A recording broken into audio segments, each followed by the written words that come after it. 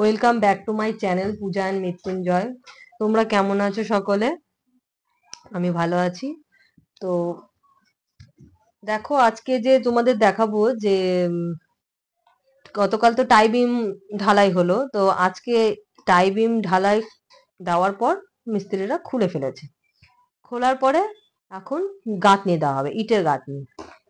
দেখে নাও। আর এই যে এখানটাতে আমাদের যে সেপটিক ট্যাঙ্ক হয়েছে না, সেই সেপটিক ট্যাঙ্কটা কভার করে দেওয়া হচ্ছে, কারণ প্রচুর বড়, ওটাকে তো ঢাকতে হবে। নাহলে নিরাপত্তাটাই বা কোথায়? সে কারণে দেখো সেপটিক ট্যাঙ্কটা মিস্ত্রি ভাইরা সব গাঁথছে। দেখো এখানে কিভাবে করছে।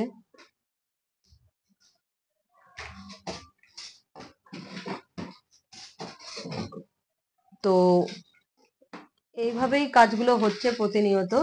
তো আমাদের এই যে জায়গাটা 3 শতক জায়গা আছে, 1326 স্কোয়ার।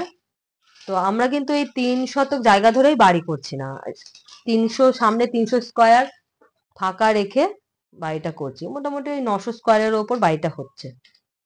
তো এই যে এই জায়গাটা দক্ষিণমুখী জায়গা। আমার আমরা তো জানি যে আদর্শ বাড়ি পূর্বমুখী করলে ভালো হয়, কিন্তু জায়গাটাই যেহেতু দক্ষিণমুখী, তাহলে আর পূর্বমুখী কি করে হবে? তো যাই হোক, দক্ষিণমুখী জায়গা হচ্ছে এবং দক্ষিণমুখী জায়গার উপরে ইঞ্জিনিয়ার প্ল্যানটা করে দিয়েছে। তা এই প্ল্যানটা করতেও ইঞ্জিনিয়ার নিয়েছে প্রথমে 5,000 টাকা। তারপরে প্ল্যান ট্যান পাস করা হয়েছে, করানোর পরে বাড়িটা শুরু করা হয়েছে। তো এই যে থাম্বনেলে যে ছবিটা দেওয়া হচ্ছে, ওটা কিন্তু আমার বাড়িরই ছবি, এবং সেই ছবিটাই আমাকে 3D করে দিয়েছে, এবং এই 3Dর জন্য আবার 3,000 টাকা নিয়েছে ইঞ্জিনিয়ার।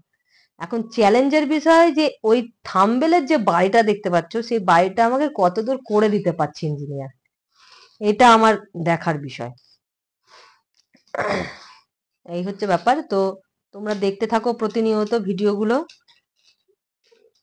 খুব ছোট ছোট আইডিয়াগুলো পাবে এই ভিডিও থেকে। এবং বাড়িতে বাড়িটা একটা উন্নত মানের, একটা ভালো মানের বাড়ি করতে গেলে যে কি কি করতে হচ্ছে প্রতিনিয়ত, সেটা তোমরা এই ভিডিওগুলো দেখে একটা আইডিয়া পাবে। এই যে পাশ দিয়ে দেখো ট্রেন যাচ্ছে, দেখতে পাচ্ছ তো? একদম আমাদের বাড়িটা কিন্তু একদম লাইনের ধারে মনে হচ্ছে, কিন্তু অতটাও ধারে নয়, বেশ 4-5টা বাড়ির পরে। তো আমার বাড়িটা তোমার বেথুয়া স্টেশন থেকে নেমেই 5 মিনিট হাঁটা পথে। কোনো আমার টোটো টোটো কিচ্ছু করতে হবে না, একদম ট্রেনে করে আসলে ট্রেনেই নেমে একদম বাড়ি হাঁটা পথে।